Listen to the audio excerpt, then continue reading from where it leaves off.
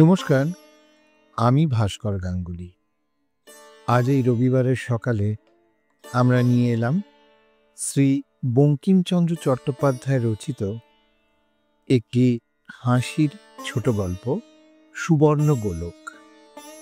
এই গল্পটিতে যারা কণ্ঠ অভিনয় করেছেন তারা হলেন কথক সত্যব্রত গুপ্ত, মহাদেব ও রামা আমি ভাস্কর গাঙ্গুলি, কালীকৃষ্ণ ও নীলরতন সুব্রত বোস, রামদিন ও উদ্ধব সমীরণ নাথ, গোবর্ধন ও রাম মুখোপাধ্যায় বোধিব্রত সিংহ, পার্বতী সুজাতা মণ্ডল বড়ুয়া, কামসুন্দরী দিয়া মল্লিক, গৃহিণী সুদীপ্তা মৈত্র, বিন্দি মৌসুমী বিশ্বাস, ঠাকুরানী দিদি নিবেদিতা সান্যাল, শ্যালিকা ও তরঙ্গের ভূমিকায় সুপর্ণা মল্লিক। আসুন শুনে নিয়ে আমাদের আজকের নিবেদন সুবর্ণ গোলক।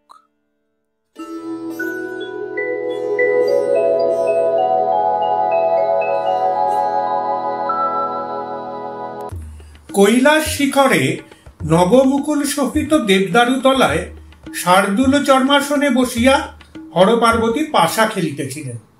বাজি একটি স্বর্ণগোলক। মহাদেবের খেলায় দোষ এই, আড়ি মারিতে পারেন না। তাহা পারিলে সমুদ্র মন্থনের সময়ে বিষের ভাগটা তাহার ঘাড়ে পড়িত না। গৌরী আড়ি মারিতে পটু, প্রমাণ পৃথিবীতে তাহার 3 দিন পূজা। আর খেলায় যত হোক না হোক, কান্নায় অদ্বিতীয়া, কেননা তিনি আদ্যাশক্তি। মহাদেবের ভালো দান করিলে কাঁদিয়া হাট বাঁধান। আপনার যদি পড়ে 5, 2, 7, তবে হাঁকেন পোয়া 12। হাঁকিয়া 3 চক্ষে মহাদেবের প্রতি কটাক্ষ করেন। যে কটাক্ষে সৃষ্টি স্থিতি প্রলয় হয়, তাহার গুণে মহাদেব দান দেখিয়াও দেখিতে পায়েন না।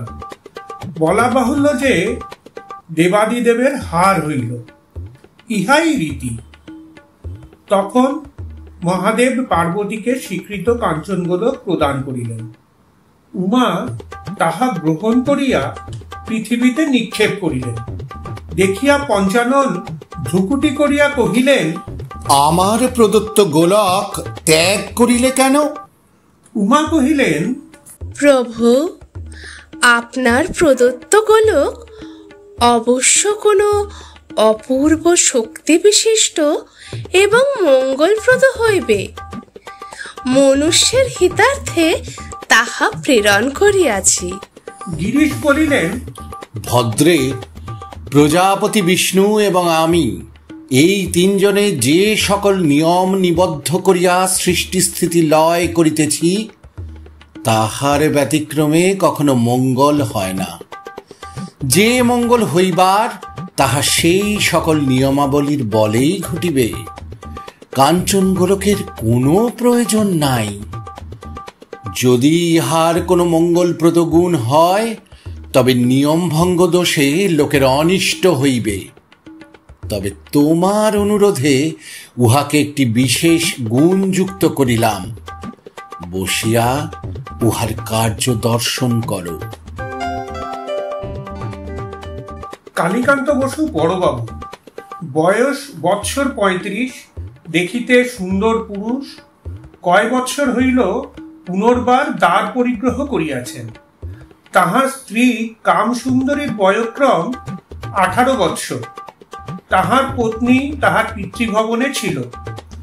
কালীকান্ত বাবু স্ত্রীর সম্ভাষণে শ্বশুর বাড়ি যাইতেছিলেন। শ্বশুর বিশেষ সম্পন্ন ব্যক্তি, গঙ্গা তীরবর্তী গ্রামে বাস। কালীকান্ত ঘাটে নৌকা লাগাইয়া পদব্রজে যাইতেছিলেন। সঙ্গে রামাচাকর একটা পোর্টম্যান্টো বহিয়া যাইতেছিল। পথিমধ্যে কালীকান্ত বাবু দেখিলেন একটি স্বর্ণগোলক পড়িয়া আছে। বিস্মিত হইয়া তাহা উঠাইয়া লইলেন। দেখিলেন সুবর্ণ বটে। প্রীত হইয়া তাহা ভৃত্য রামাকে রাখিতে দিলেন। বলিলেন, এটা সোনার, কেহ হারাইয়া থাকিবে, কেহ খোঁজ করে বাহির করিয়া দিব, নহিলে বাড়ি লইয়া যাইব। এখন রাখ। রামা বস্ত্র মধ্যে গোলকটি লুকাইয়া রাখিবার অভিপ্রায়ে পথে পোর্টম্যান্টো নামাইল। পরে কালীকান্ত বাবুর হস্ত হইতে গোলকটি গ্রহণ করিয়া বস্ত্র মধ্যে লুকাইল, কিন্তু রামা আর পোর্টম্যান্টো মাথায় তুলিল না। কালীকান্ত বাবু স্বয়ং তাহা উঠাইয়া মাথায় করিলেন। রামা অগ্রসর হইয়া চলিল, আর বাবু মোট মাথায় পশ্চাৎ পশ্চাৎ চলিলেন। তখন রামা বলিল, ওরে রামা। বাবু বলিলেন, আজ্ঞা। রামা বলিল, তুই বড় বেয়াদব, দেখিস যেন আমার শ্বশুর বাড়ি গিয়া বেয়াদবি করিস না, তাহারা ভদ্রলোক। বাবু বলিলেন, আজ্ঞে তা কি পারি? আপনি হচ্ছেন মুনি, আপনার কাছে কি বেয়াদপি করিতে পারি? কৈলাসে গৌরী বলিলেন, প্রভু, আমি তো কিছুই বুঝিতে পারিতেছি না।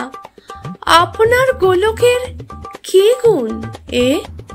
মহাদেব বলিলেন, গোলকের গুণ চিত্ত বিনিময়।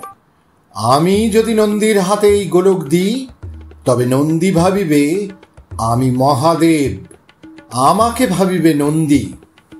আমি ভাবিব আমি নন্দী, নন্দীকে ভাবিব মহাদেব। রামা ভাবিতেছে আমি কালীকান্ত বসু, কালীকান্তকে ভাবিতেছে এই রামা চাকর। কালীকান্ত ভাবিতেছে আমি রামা খানসামা, রামাকে ভাবিতেছে কালীকান্ত বাবু।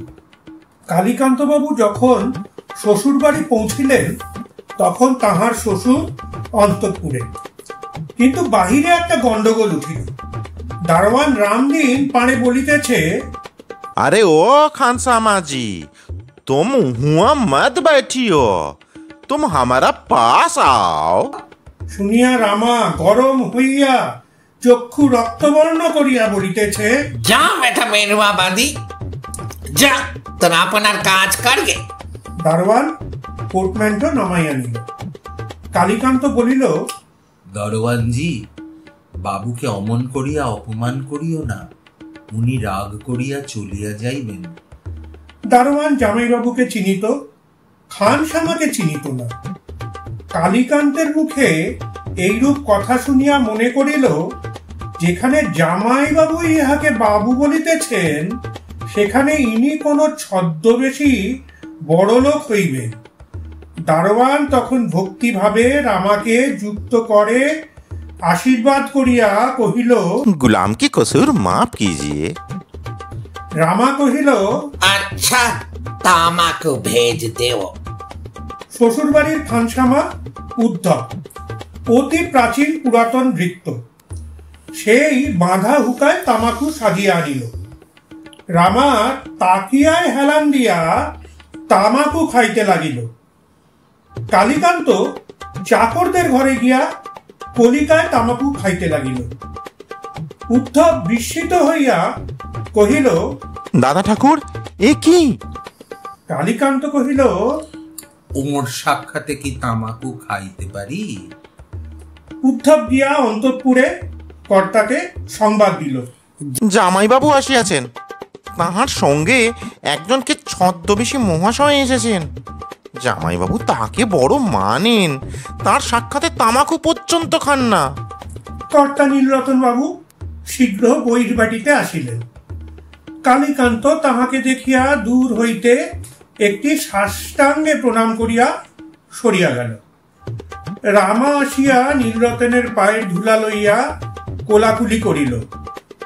নীলরতন ভাবিল, সঙ্গে লোকটা সভ্য বটে, তবে জামাই বাবাজিকে কেমন কেমন দেখিতেছি।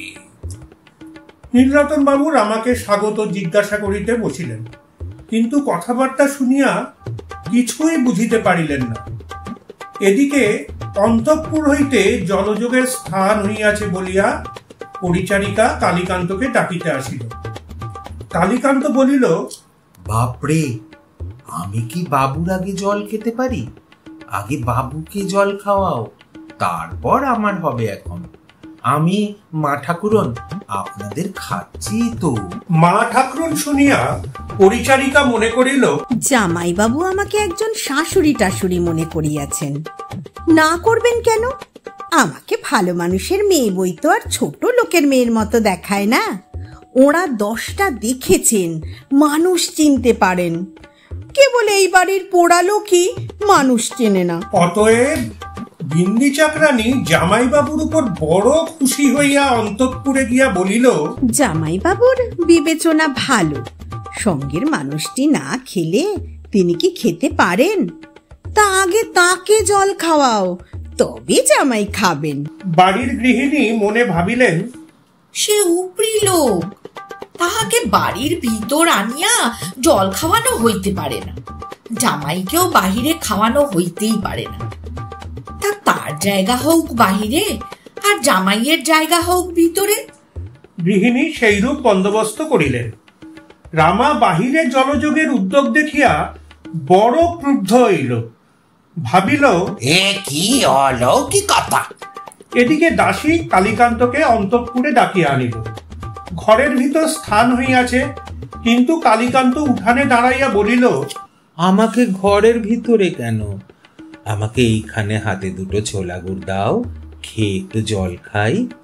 শুনিয়া শালীরা বলিল, মশাই যে এবার অনেক রকম রসিকতা শিখেছ দেখতে পাই। কালীকান্ত কাতর হইয়া বলিল, আগে আমাকে ঠাট্টা করেন কেন? আমি আপনাদের তামাশার যোগ্য? একজন প্রাচীনা ঠাকুরানী দিদি বলিল, আমাদের তামাশার যোগ্য কেন? যার তামাশার যোগ্য তার কাছে চলো। এই বলিয়া কালীকান্তের হাত ধরিয়া হর হর করিয়া টানিয়া ঘরের ভিতর লইয়া আসিল। সেখানে কালীকান্তের ভার্যা কামসুন্দরী দাঁড়াইয়াছিল। কালীকান্ত তাহাকে দেখিয়া প্রভুপত্নী মনে করিয়া সাষ্টাঙ্গে প্রণাম করিল। কামসুন্দরী দেখিয়া চন্দ্রবদনে মধুর হাসি হাসিয়া বলিল, হো কি রঙ্গ, এ আবার কোন ঠাট শিখিয়া আসিয়াছ? শুনিয়া কালীকান্ত কাতর হইয়া বলিল, আগে আমার সঙ্গে অমন সব কথা কেন? আমি আপনার চাকর, আপনি মুনিব। রসিকা কামসুন্দরী বলিল, তুমি চাকর, আমি মুনিব? তা সে আজ না কাল? যতদিন আমার বয়স আছে ততদিন এই সম্পর্কই থাকিবে। এখন জল খাও। কালীকান্ত মনে করিল, বাবা, এর কথার ভাব যে কেমন কেমন। আমাদের বাবু যে একটা গেছো মেয়ের হাতে পড়েছেন দেখতে পাই, তা আমার সবাই ভালো। এই ভাবিয়া কালীকান্ত পুনর্বার ভক্তিভাবে প্রণাম করিয়া পলাইবার উদ্যোগ করিতেছিলেন। দেখিয়া কামসুন্দরী আসিয়া তাহার গাত্রবস্ত্র ধরিল, বলিল, ওরে আমার সোনার চাঁদ, আমার 7 রাজার ধন এক মানি, আমার কাছ থেকে আর পলাতে হয় না। এই বলিয়া কামসুন্দরী স্বামীকে আসনের দিকে টানিতে লাগিল। কালীকান্ত আন্তরিক কাতরতার সহিত হাত জোর করিয়া বলিতে লাগিল, দোহাই বউ ঠাকুরানী, আপনার 7 দোহাই, আমাকে ছাড়িয়া দিন। আপনি আমার স্বভাব জানেন না, আমি সে চরিত্রের লোক নই। কামসুন্দরী হাসিয়া বলিল, তুমি যে চরিত্রের লোক আমি বেশ জানি। এখন জল খাও। কালীকান্ত বলিল, যদি আপনার কাছে কেহ আমার এমন নিন্দা করিয়া থাকে তবে সে ঠকাম করিয়াছে। আপনার কাছে হাত জোর করিতেছি, আপনি আমার গুরুজন, আমায় ছাড়িয়া দিন। কামসুন্দরী রসিকতা প্রিয়, মনে করিল যে এ একতর নূতন রসিকতা বটে। বলিল, প্রাণধী, তুমি কত রসিকতা শিখিয়া আসিয়াছ তাহা বুঝা যাইবে। এই বলিয়া স্বামীর 2 হস্ত ধারণ করিয়া আসনে বসাইবার জন্য টানিতে লাগিল। হস্ত ধারণ মাত্র কালীকান্ত সর্বনাশ হইল মনে করিয়া, বাবারে, গেলাম রে ঘরে, আমায় মেরে ফেললে রে বলিয়া চিৎকার আরম্ভ করিল। চিৎকার শুনিয়া গৃহস্থ সকলে ভীত হইয়া দৌড়িয়া আসিল। মা, ভগিনী, পিসি প্রভৃতিকে দেখিয়া কামসুন্দরী স্বামীর হস্ত ছাড়িয়া দিল। কালীকান্ত অবসর পাইয়া ঊর্ধ্বশ্বাসে পলায়ন করিল। গৃহিণী কামসুন্দরীকে জিজ্ঞাসা করিলেন, কি লাকামি, জামাই অমন করে উঠলো কেন? তুই কি মেরেছিস? বিস্মিতা কামসুন্দরী মর্মপীড়িতা হইয়া কহিল, মারিব কেন? আমি মারিব কেন?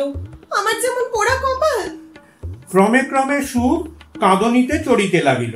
আমার যেমন পোড়া কপাল, কোন আঘাতে আমার সর্বনাশ করেছে, কি ওষুধ করেছে। বলিতে বলিতে কামসুন্দরী কাঁদিয়া হাট লাগাইল। সকলেই বলিল, হ্যাঁ তুই মেরেছিস। হ্যাঁ তুই মেরেছিস, নইলে এমন কাতরাবে কেন? এই বলিয়া সকলে কামকে পাপিষ্ঠা, ডাইনি, রাক্ষসী ইত্যাদি কথায় ভৎসনা করিতে লাগিল।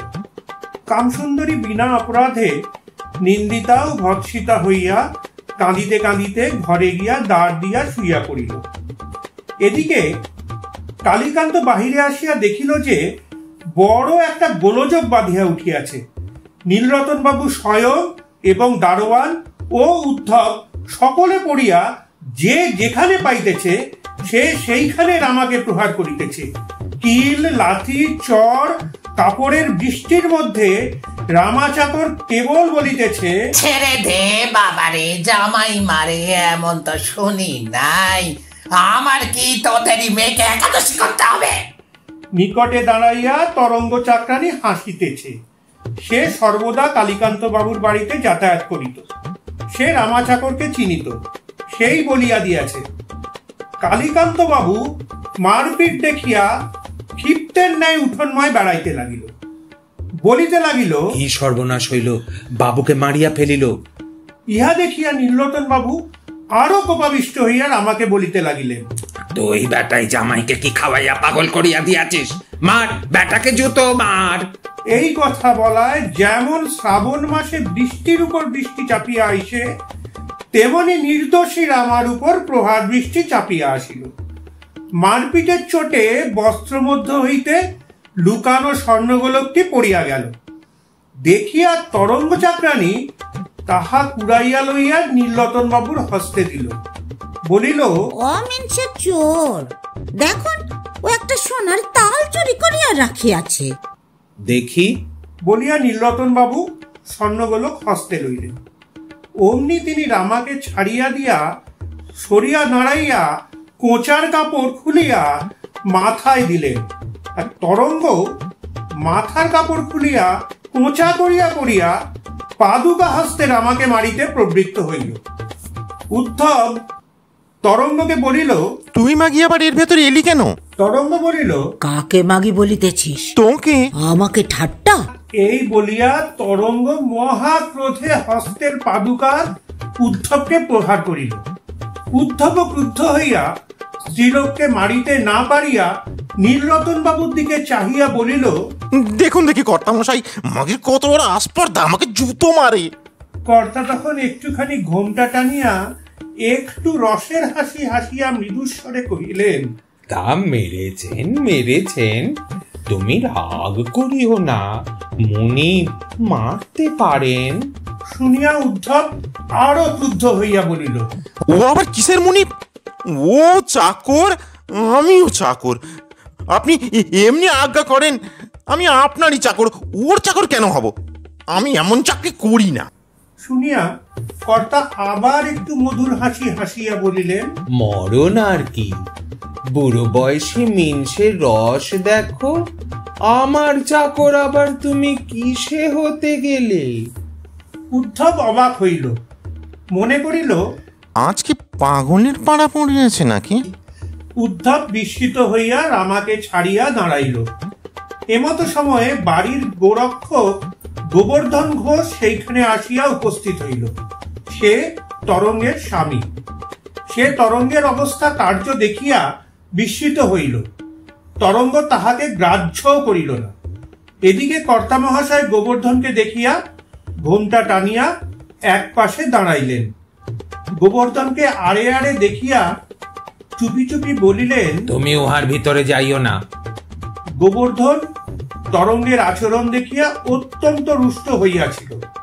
সে কথা তাহার কানে গেল না। সে তরঙ্গের চুল ধরিতে গেল। নচ্ছার মাগি, উত্তর হাই আমি। এই বলিয়া গোবর্ধন অগ্রসর হইতেছিল। দেখিয়া তরঙ্গ বলিল, গোবরা, তুই কি পাগল হয়েছিস নাকি? যা, গরুর জাপ দিকে যা। শুনিয়া গোবর্ধন তরঙ্গের কেশাকর্ষণ করিয়া উত্তম মধ্যম আরম্ভ করিল।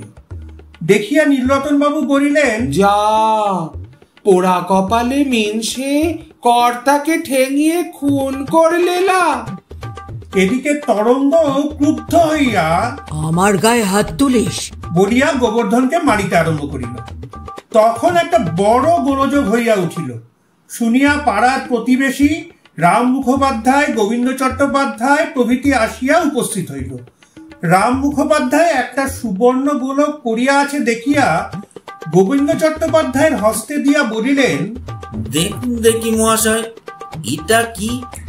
কৈলাসে পার্বতী বলিলেন, প্রভু, আপনার গোলক সম্বরণ করুন।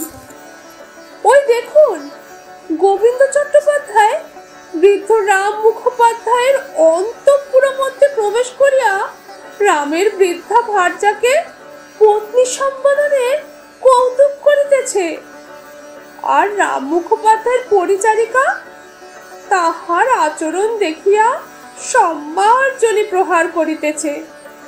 এদিকে বৃদ্ধ রাম মুখোপাধ্যায় আপনাকে যুবা গোবিন্দ চট্টোপাধ্যায় মনে করিয়া তাহার অন্তঃপুরে গিয়া তাহার ভার্যাকে টপ্পা শুনাইতেছে। এ গোলক আর মুহূর্তকাল পৃথিবীতে থাকিলে গৃহে বিশৃঙ্খলা হইবে। অতএব আপনি ইহা সম্বরণ করুন। মহাদেব কহিলেন, হে শৈলসুতে, আমার গোলকের অপরাধ কি? এ কাণ্ড কি আজ নূতন পৃথিবীতে হইল? তুমি কি নিত্য দেখিতেছ না যে বৃদ্ধ যুবা সাজিতেছে, যুবা বৃদ্ধ সাজিতেছে, প্রভু ভৃত্যের তুল্য আচরণ করিতেছে, ভৃত্য প্রভু হইয়া বসিতেছে।